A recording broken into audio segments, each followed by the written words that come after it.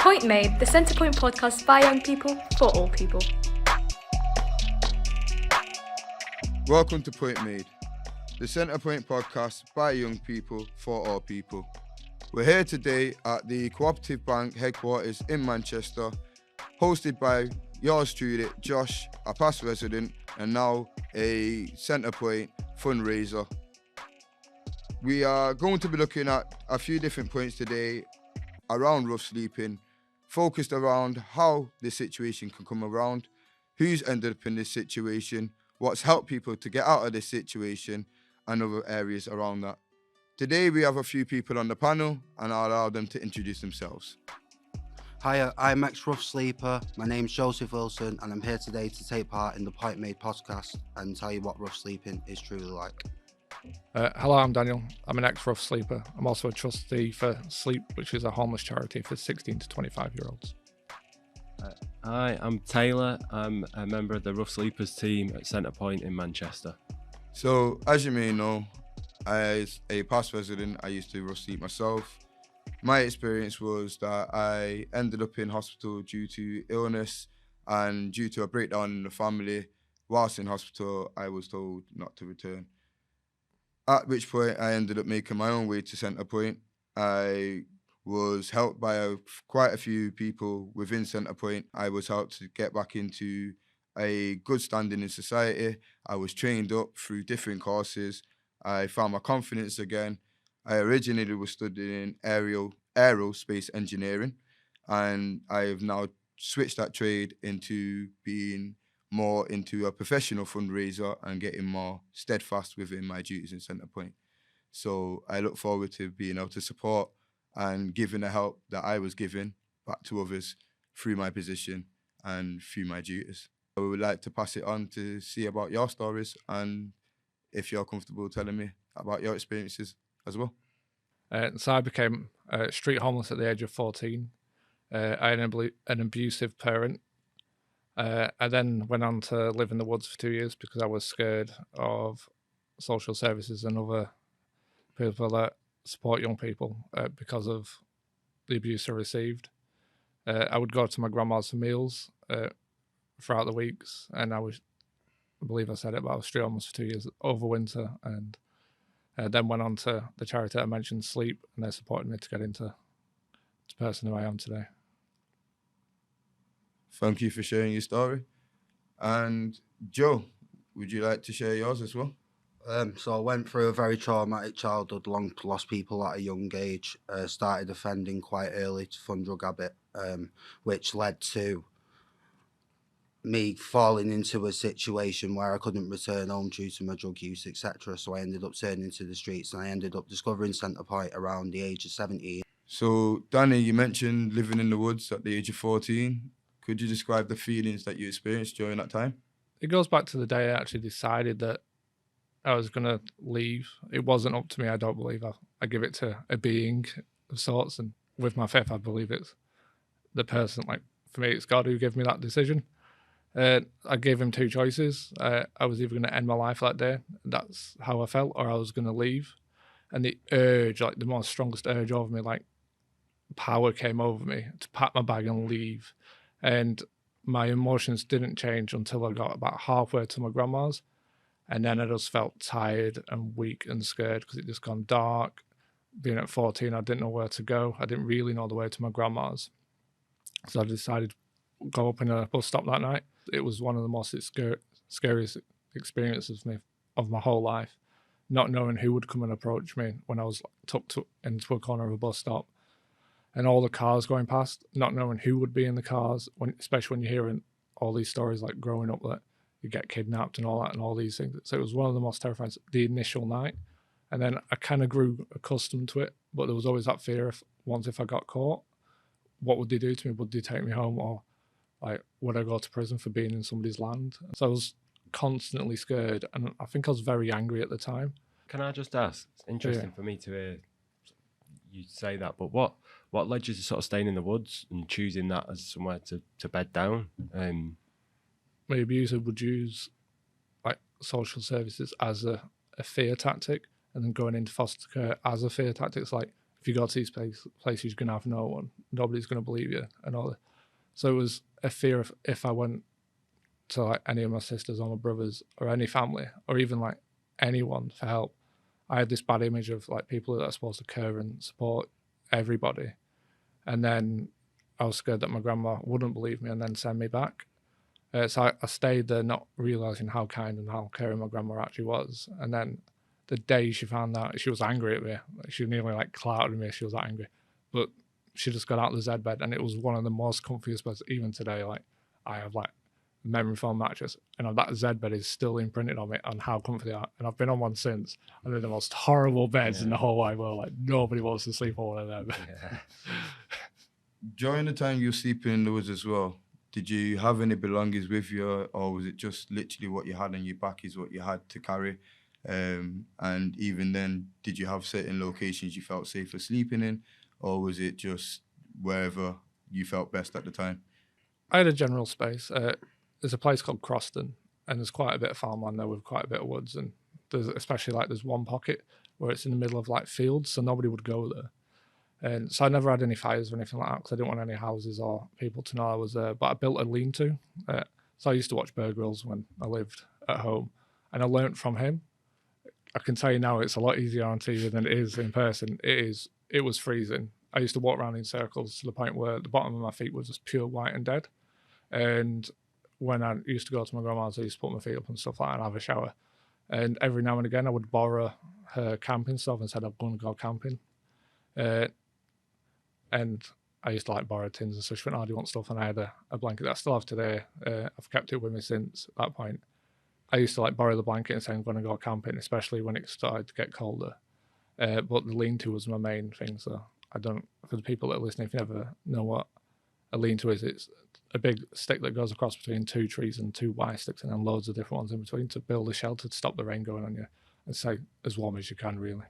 Danny, do you feel like you were failed by services when you were that age? I do quite often think to myself about my school.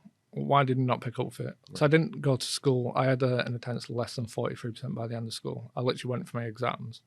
I'm like, I know I used to skive, but not to the point where I didn't show up for months on end. Yeah. So I also feel let down, but I always ask myself, what if I actually had told them if they asked me? So I get like annoyed at them. I'm like, would I admitted what was going on at home? Like, does that, because then it opens up like social services are involved again. So there's that fear that I probably put in place myself. But then I'm like, I know full well if I went to school and spoke about it today, I'd say to them, like, ask you students, don't be scared. I think there's a thing called ACEs, which is about like childhood trauma and stuff, which I recently trained in. And like, I see so many different things, like, especially in people that we spoke today, like from their childhood and like my own personal experience. And like, I wish teachers were trained in this, like recently, and like keep having refreshers because it's important. I wish like I got out of it sooner, but to where I am today, I'm like also like proud that I've gone through it because I use my story to help people that have going through it now and been through it and hopefully get the help they need. So we're gonna now switch over as well, Joe. Thank you for waiting as well. Thank you for listening. No worries. So during your experience as well, could you give us you said that you took substances and that, you know, you had your own form of abuse during time. Yeah. Would you like to explain how that made you feel or how you were feeling during them times? Well, with homelessness, drugs sort of go hand in hand. They can offer a safety blanket to a lot of people and, you know, provide something that occupies time and whatever. So when I was out here, I was young and I was naive. I didn't really know what path I was going to take, you know. I was a criminal. I'd never thought I'd get out of the situation. I guess I felt isolated, I felt lonely, you know, felt a bit depressed, but there was always something in me that knew that I was better and more important than dying in a doorway, you know. And that's why I think it's important that I took that step mentally. You know, you can say, you can get all the things put in place. People can say, right, I'll help you. I'll open this door, that door, but you've got to want to be willing to, you know, make the steps to process. And I think that's a major thing with every rough sleeper. You know, there's a reason we're outside, whether it's drugs, whether it's abuse, whether it's, you know, different circumstances, but there's always that one connection, and that's my personal opinion, you know. Like, where do you used to sleep? I've slept in every doorway in Manchester City Centre over the years. But I was mostly located in either the Deansgate area because it was a lot safer. You know, the people were a lot more friendly because there's a lot of abuse from the public towards homeless people, which is unacceptable because we're all human beings. But that's the sad reality of it. But yeah, mostly the Deansgate area. And you just felt safer there, that sort of... Yeah, why you yeah. chose? I think it was more of the environment. Like, you know, you go somewhere, for example, like Piccadilly Gardens, etc. It's hectic. You know, there's a lot of people going on. There's a lot of dangerous or bad activity around that area. Where you go to Deansgate, it's a bit more quieter. It's a bit more sensible. You know, because that's what you need to do. You need to make sure you're not just dry and you're not cold. You need to also make sure that you've got a way of feeling safe. Yeah. You know, because that's another key aspect to survival on the streets. It sounds like you had 2 turning points. One from turning from the drugs, Yep. and then one from choosing to remain on the streets to then seeking help. What made you turn at them points? I'd have thought one day, like, I'm better than this, you know. I was deep in addiction and I wanted to change personally. You know, like, I just really did just want better for myself, you know. It comes from your own drive, but having charities available like Centrepoint really helped me to achieve that because they'd put you in the right direction. You'd get all the support with your benefits, etc. You know, they were really helpful and I'm forever grateful to what they did for me. And that leads into the second turning point of choosing to move from the streets to Centrepoint. What helped you do that? What did you get information? Did someone come across you? Did you just find out? I think outreach plays a major part in helping people to get to services, etc. Okay. You know, when staff members from Centrepoint used to come and see me in doorways and they were always kind and friendly and they were always like, just come down, we want to help you. You know, it stems from them making an effort as well to want to reach out to young people. I sort of had an understanding of Centrepoint, but like I said, when they started doing outreach and they brought me in, I really started to get an understanding of, you know, these people are here to help you. And without a charity like Centrepoint, etc., it'd be a lot more of a harder situation for people to escape because Centrepoint provide not just support in accommodation, but support in every aspect. And I think that's really important and a really positive point on the charity's behalf. Taylor, you're part of the outreach team that Joe's speaking about. Could you tell me a bit more about that and why it's so important? Yeah, so the Rough Sleepers team at Centrepoint, we do, you know, quite a few different things. Outreach is one of the most important things that we do.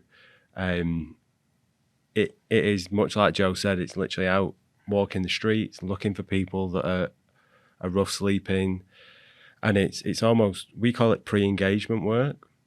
It's meeting people where they're at, building a bit of a relationship, letting them know that we're there are people there that care, and getting them, I guess, just used to our faces, to be honest, so that when they are ready to take that step and come inside like Joe was, they know that there's a service there, there's people there that can help them. The trust part is probably the most important bit because, you know, for someone sleeping rough, for them to be vulnerable enough to come inside, they have to trust the person that they're going to go and speak to. And that's, yeah, it's just a key part of the outreach, really. And the way that the way we try and do it, like I said, it's very person-centred, meeting people where they're at. So whether it's a doorway in Manchester City Centre, or we go out to a lot of the parks, sort of all across Manchester in Rusholme, or down in Fallowfield, for example. Wherever somebody is bedding down, we will go and try and find them. So, you know, we get reports from whether it's other charities, other partners, from young people themselves that are already working with us, or that sort of speak to our helpline at Centrepoint. We get these sort of reports of people bedding down. We'll go out, we'll find them, and we just try and start that process of getting people inside when they're ready. So you've mentioned reaching out to bring them in. So could you also elaborate on what happens once you've actually got them in and what the stages are from there? Yeah, so first step is finding emergency accommodation when people are rough sleeping. We have a few different types in Manchester. So we've got the A-Bends, that was Andy Burnham's big scheme. I don't know, Joe, have you ever stayed in any of the A-bends? Yeah. You know what they're like. We have sort of emergency accommodation that the council might provide, and then Centrepoint, we've got a few, quite new, sort of 2-bed tenancies that people can stay in for a couple of months. Once they're in that emergency accommodation, that's then when you might get linked in with the other services that we've got at Centrepoint. So I work on the rough sleepers team, but we have a complex case team for people that might be struggling with their mental health or with sort of, serious substance misuse. We have our rent deposit team as well, which will help people move out of the emergency accommodation into their own tenancies. And then we've got, loads of different services, from jobs, education and training team. There's the psychotherapy service. But for us, it's about getting people in initially to want to come to Centrepoint inside. Then it's getting them into emergency accommodation, and with whichever team they're working with, then it's about, I guess, finding what is going to be suitable and sort of stable long-term accommodation, somewhere that we can get somebody in and hopefully it's the last time they ever need our support, because we found them whatever accommodation they needed to be able to take the steps that like Joe and Danny have taken now. So you've mentioned reaching out. You've also mentioned what happens when you brought them in, and elaborated on the story, and the goal of the story as well is to hopefully ensure that once they've experienced a stable life through Centrepoint, they can independently go and experience that themselves. So I guess my next question to you would be, what would be helpful for you to be able to provide more people like Danny, like Joe, with that support? Yeah, I suppose that one of the biggest barriers we have is just a lack of available accommodation. Because unfortunately, it's not always the case when people are ready to make that step and come inside. It's not always the case that we've got anywhere for them. Sometimes it takes a couple of days, sometimes it might be a few weeks. So lack of accommodation is probably the biggest issue. But then, it can be sort of people's individual support needs. So, Joe mentioned struggling with, substance use. Can be a big pull for people to even if they're ready, sort of one day, maybe the next day, it can drag people in. It's a lifelong battle for a lot of people. Things like severe and enduring mental health can be a real barrier to getting people inside sometimes, and whether that's finding suitable accommodation or them just sort of not being ready for it yet, not being able to sustain it. And then, to be honest, another barrier that we find, and I don't know if you two might be able to sort of chip in on this, is when people are sleeping rough, it's access to like basic necessities, food, a shower, a phone that you can charge, little things like that. Even just getting around, having money for the bus to get to wherever the accommodation is, be a huge barrier sometimes. I don't know if something that you two sort of found when you was rough sleeping or not, but I'd say yeah, but that's the great thing about places like Centrepoint. Like, when a lot of people feel like there's nowhere they could potentially go for somewhere to eat, a shower, even as little as a conversation, like, it's not just about the big things. Like, you have to deal with the smaller things before we can progress into dealing with the bigger things in the situation. For example, housing, etc. You need to make sure that somebody's really ready. It, like I've said, the best thing that Centrepoint could do to potentially help more young people is expanding it on a wider level. And I do agree in what you're saying. I think that's something that really needs to get spoke about, because there's more and more people becoming homeless every day from the age of 16 to 25, regardless. You don't know what the situation is, but no doubt it's something similar to somebody you've potentially already heard about. So, if Centrepoint can reach out to more people, they can make a bigger difference. And potentially over time, you'll see that the way that homelessness is being treated, it will eventually, prevent more homelessness. you think when you were rough sleeping, like an outreach service, if they could have come out and sort of seen you where you were and had a chat with you, would that have helped or not? Do you think it was a case just you needed to be ready? I felt like I was always ready. I felt like I always, like, every day I was like, please get me off the streets. I don't want to be here. So it was always like that. And I was always like, every time I went to my grandma's, I was like, I want to tell her today. I want to tell her what the situation is.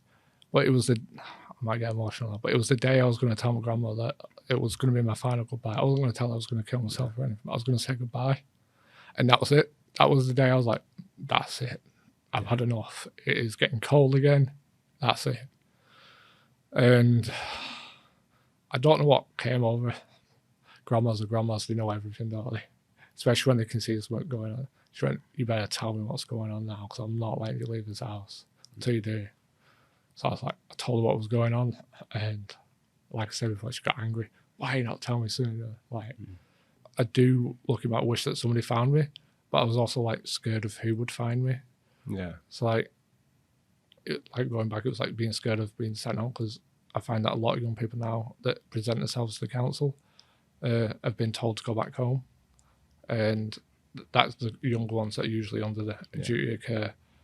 But like, the situations don't seem to matter to like the way they present. I don't know if it's the way they present themselves to the council or the way the council perceive it, but like, if they've left home, there's a reason behind it.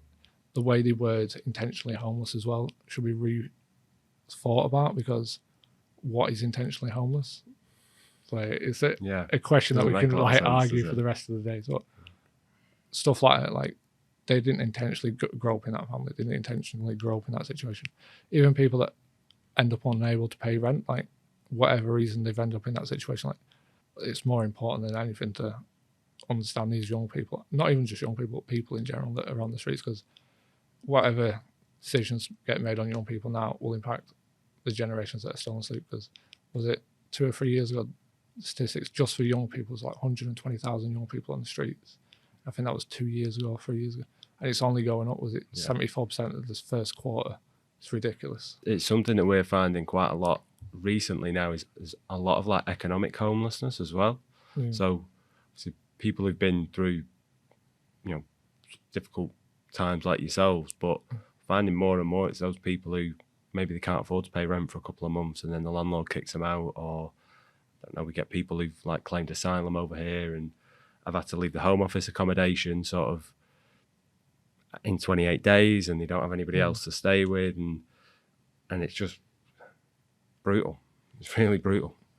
For us, why the outreach is so important, you know, just to try and get people inside, and a lot of people don't know about services like Centrepoint or about presenting as homeless to a local authority or anything like that, and they're not in the city centre, so they're not sort of being seen by other people that are rough sleeping who can help them, or even just take them to like a day centre or a drop-in, because they can be anywhere. We went to see someone once who's in a graveyard in an abandoned church, like sleeping underneath a tomb, like literally in a tomb, just to stay dry.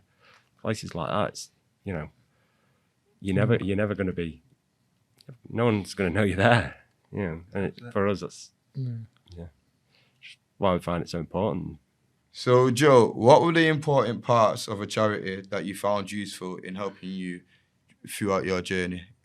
Consistency, I think, is a really strong key ingredient for people to keep on the right path and staying off the streets. You know, having services like Centrepoint where a worker's on hand any point between a certain time of the day, I think that's one of the really good things. Like, you need someone that you know is going to be there, like, regardless of what you're going through. You know, you need like trust is a huge thing, and Centrepoint provide that trust for a lot of the clients. What they're doing is really important, and you know, there is going to be more homeless people, because that's unfortunately the way of the world, but the consistency of Centrepoint is a thing that's going to keep it on a level where hopefully in the future it's going to be controllable.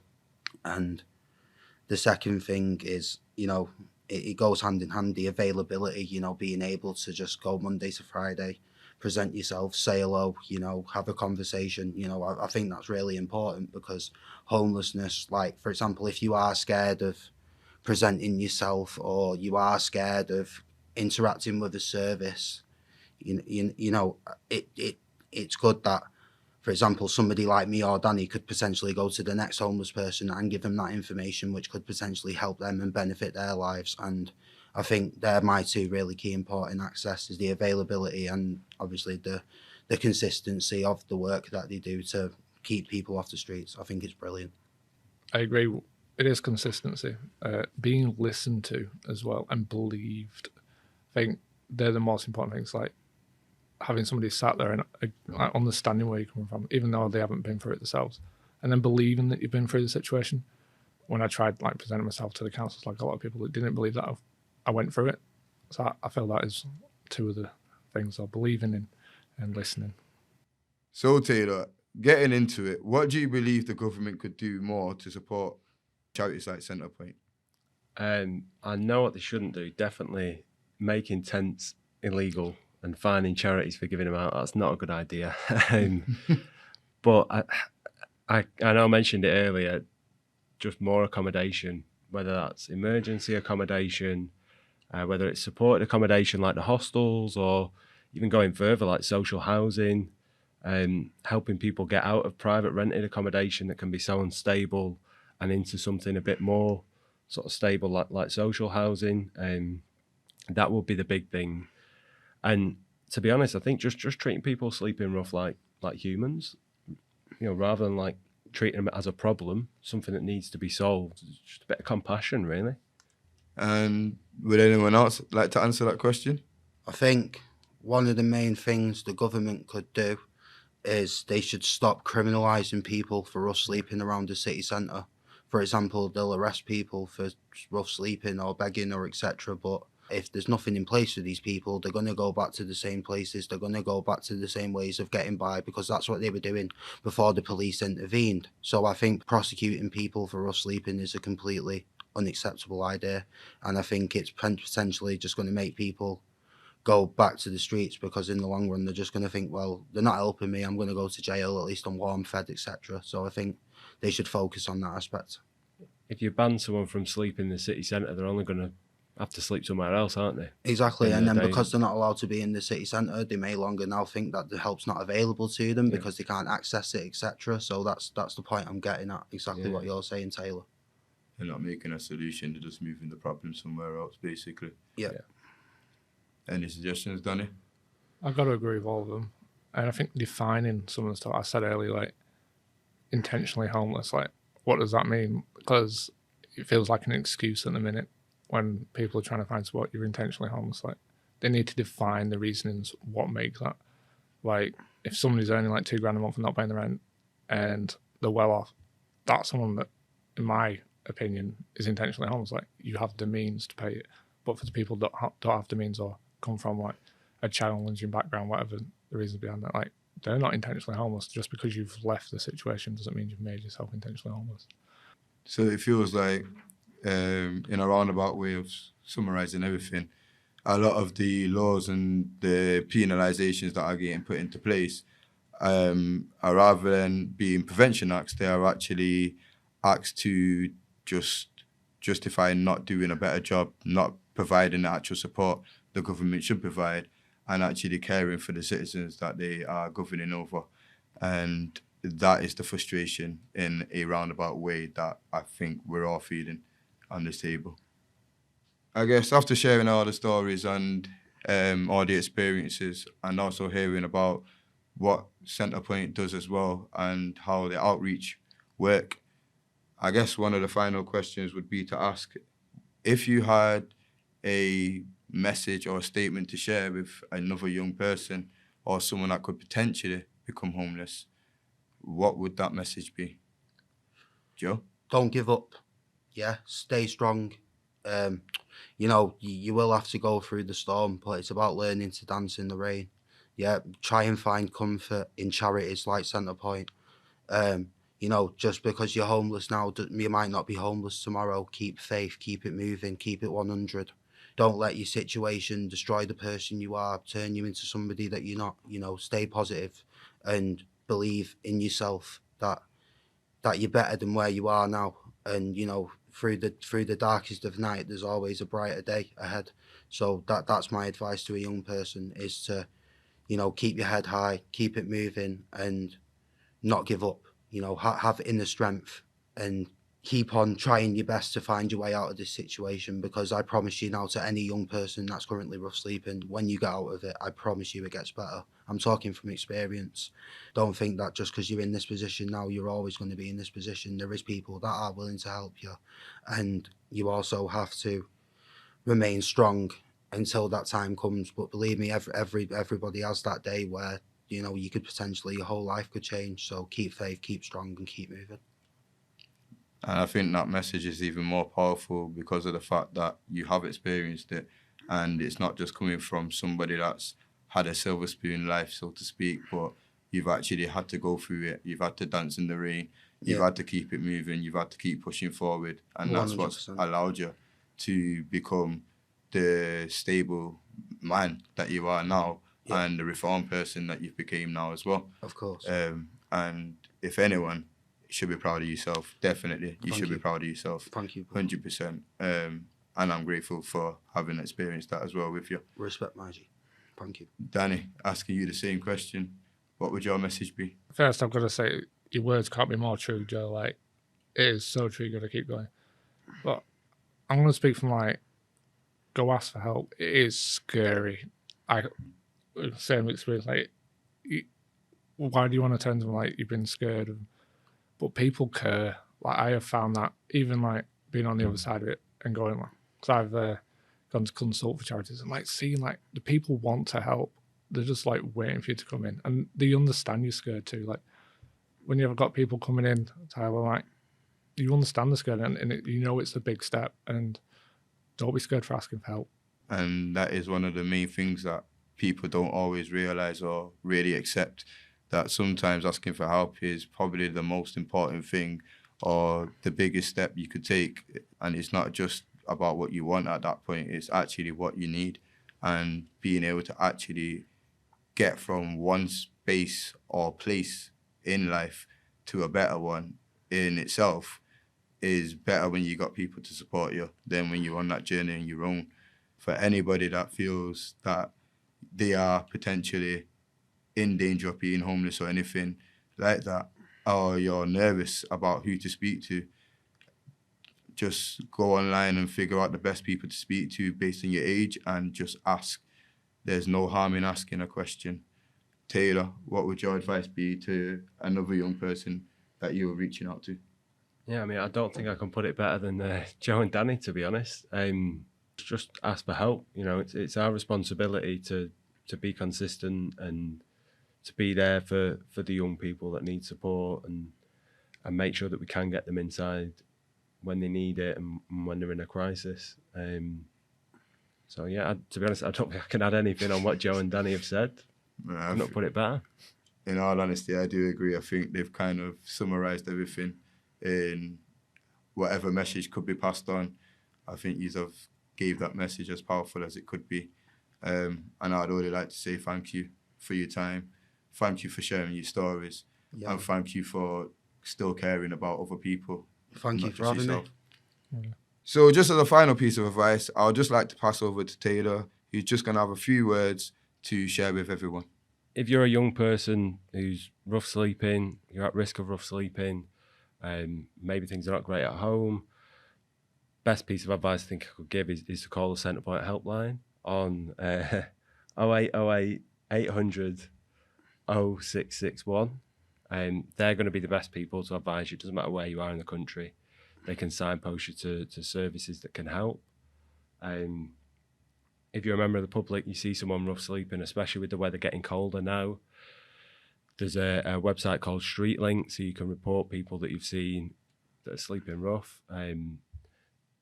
Wherever that is, sort of the local authority outreach team or a charities outreach team can then go out and try and find that person, or just offer to buy them a brew or a hot drink and treat them with a bit of humanity, really, I suppose. Taking a different outlook, where are you up to in life yourselves now anyway? Like Joe, what are you doing in life? What's keeping you happy in life? Currently keeping clean off drugs, trying to help out with Centrepoint and other charities as much as I can. I've got a partner now who I'm happy with, No, but like, Congratulations. she's got an important role in keeping me on the straight and narrow. But yeah, no, I'm just really want to give back to the charities who helped me, and with doing that, I hope that makes an impact on young people's lives and also the charities that keep doing it. And Danny, There's a few new things, like go on. I'm a dad now. Like Hey, that's one of congratulations. I would like 8 weeks ago I would have said motorbikes, but now it's being a dad. It's the like happiest thing that keeps me going, and being a trustee for a charity that supported me as well. Like, and then when people they can't support the people that come and ask for help, especially if I've referred them, I'll go and help them myself. I find that even if you give, it always comes back to you in some way or another. And I've been on the other side and needed the help, so you give what's been given to you. That is spectacular. As someone that has recently become a dad themselves, I understand that joy. Definitely understand that joy. One of the best aspects in life, just knowing that you've came from one spot that you probably would have never pictured having a family in, to now being sustainable to have a family, to now being sustainable to have your own partner, and to enjoy someone else to embrace alone. It removes that big black hole of loneliness that probably every homeless person can mutually share. So genuinely, big respect to that. Congratulations to you both, definitely. Thank you. And I hope nothing but more happiness in the future. Thank you. So, wrapping up today, I want to say thank you to the whole of the panel. Thank you to everyone that's listening, and thank you for everyone that's liked, subscribed, and if you haven't done so, please like and subscribe. But on behalf of myself and behalf of Centrepoint and on behalf of Point Made, thank you for listening and hope you come back again. Point Made, the podcast from Centrepoint, by young people, for all people.